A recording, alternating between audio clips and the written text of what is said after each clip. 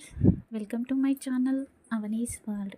శ్రీ పరాభవ నామ సంవత్సరం దక్షిణాయనం గ్రీష్మ ఋతువు ఆషాఢ మాసం కృష్ణపక్షం త్రయోదశి. ఈరోజు సోమవారం, ఆరుద్ర నక్షత్రం.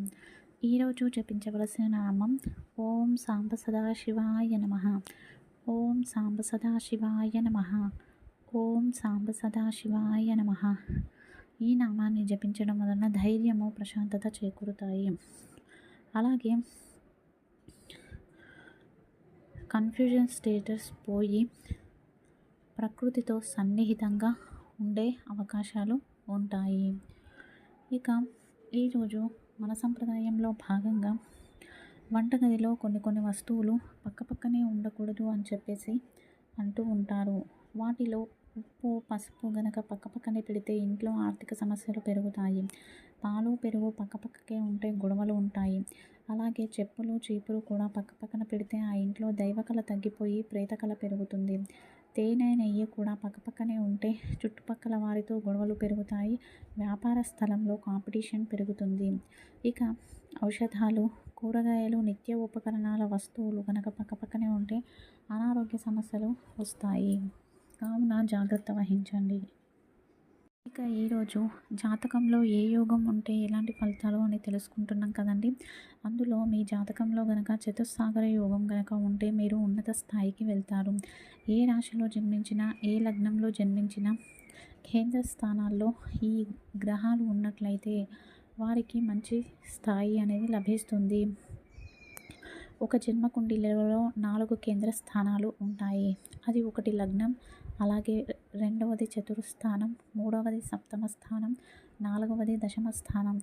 ఈ 4 స్థానాల్లో గనక గ్రహాలు ఉన్నట్లయితే వారికి జాతకంలో చతుస్సాగర యోగం ఉంది అని అర్థం. లగ్నం అనేది ఏం సూచిస్తుంది? మనిషి యొక్క శరీరం, దైహిక శక్తి, తనకున్న శౌర్యాన్ని సూచిస్తుంది. అలాగే చతుర్స్థానం అనేది వాక్శక్తిని, జ్ఞానశక్తిని, ఆస్తి ఎంత ఉంటుంది తనకి, వాహన యోగం ఉందా లేదా, మాతృస్థానం ఏ విధంగా ఉంది అనేది సూచిస్తుంది.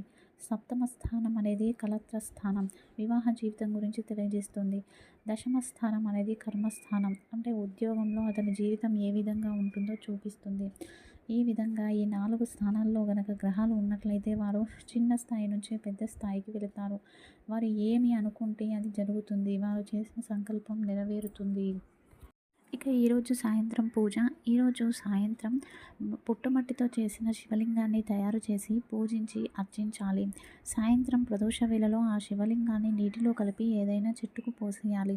ఇలా చేయడం కుదరని వారు శివలింగానికి చెరుకు రసంతో అభిషేకం చేసి దారిద్ర్య దహన శివస్తోత్రాన్ని పారాయణ చేసినా కూడా ఇంట్లో ఉన్న కష్టాలు తొలగిపోయి సుఖశాంతులు చేకూరుతాయి. ఇక రేపు ఉదయం పూజ. రేపు మంగళవారం.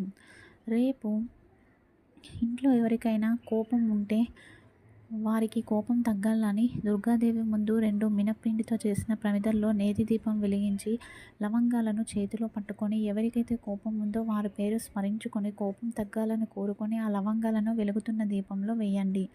ఇలా చేస్తే వారి కోపం తగ్గిపోతుంది. ఇక ఈరోజు మన వాస్తులో భాగంగా ఇంటికి సున్నాలు వేస్తూ ఉంటాము, గృహప్రవేశాలు చేస్తూ ఉంటాము. గృహప్రవేశం చేసిన 1 సంవత్సరం లోపు ఆ ఇంట్లో ఎవరైనా చనిపోతే సంవత్సరం లోపు ఆ ఇంట్లో సున్నం వేయాలి. లేదంటే ఉదక శాంతి, పుణ్యాహవచనం చేయిస్తారు, పంచగవ్య ప్రోక్షణ చేయిస్తారు. కానీ శాస్త్రంలో అయితే ఖచ్చితంగా సున్నం వేయాలి అని చెప్పేసి ఉంది.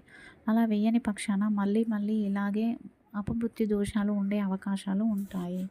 ఇది ఈరోజు video. Thank you for watching.